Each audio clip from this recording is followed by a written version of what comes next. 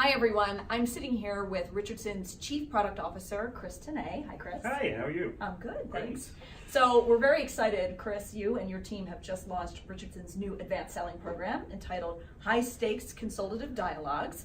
We just wanted to spend a little bit of time talk to you about the program. It's very exciting. Yeah, very exciting. Congratulations, first of all. Thank you. Yeah, hot off the press. Yes. Right here. So I know, this program is really targeted at advanced selling skills. So Yeah. really for those sales professionals who've, mastered the fundamentals, are really good and proficient at consultative selling.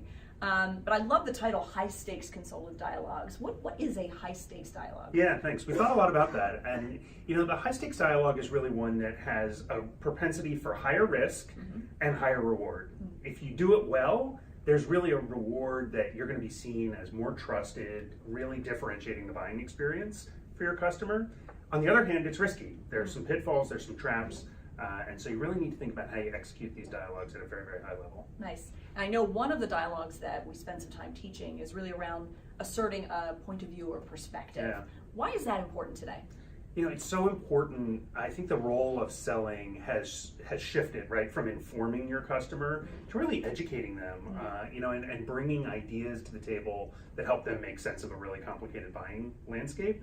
Asserting a perspective or a point of view based on your experience is a really important part of doing that effectively. Yeah. So what's one of your favorite tips or traps that we teach in the program around asserting perspective? Yeah. Asserting a perspective is all around how you frame the conversation. Yeah. And I think one of the things I like the most in the program is around the use of contrast. So we often contrast as we, talk to customers, pros and cons, right? Yep. But there's so many other things that you can contrast to draw a frame around a topic. So things like, known costs versus hidden costs, or expected outcomes versus unintended consequences.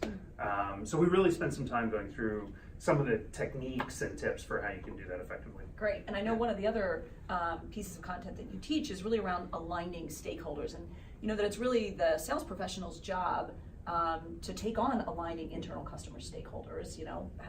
Tell me what's important about that, or sort of what stands out for you when you think about teaching salespeople to align customer stakeholders. Yeah, it's so interesting. One of the things that we think a lot about is this piece of research from Harvard Business Review that it takes almost as many as 7 or sometimes 8 stakeholders to do a deal in a B2B context. Yeah. How you navigate those stakeholders and get them to the same place can be the difference between getting a deal done or not getting it done, driving momentum, or having it stall. So, one of the things that I think is so important in this program is thinking about how do you diagnose where misalignment might be happening, and then putting it out on the table in a safe and a neutral way, leaning into that misalignment to demonstrate to the customer that your goal is to bring information to light and then actually resolve it in a way that's in the customer's best interest. Nice. Easy to understand, but tough to do. I know. Easy to understand, but tough to do. All right, it's high stakes. Yes. If it goes well, it goes really well. If it, if you don't really focus on it, there's some real pitfalls. Great. Chris, thanks so much. Yeah. If you're interested in hearing more about our High Stakes Consultative Dialogues program, click the link.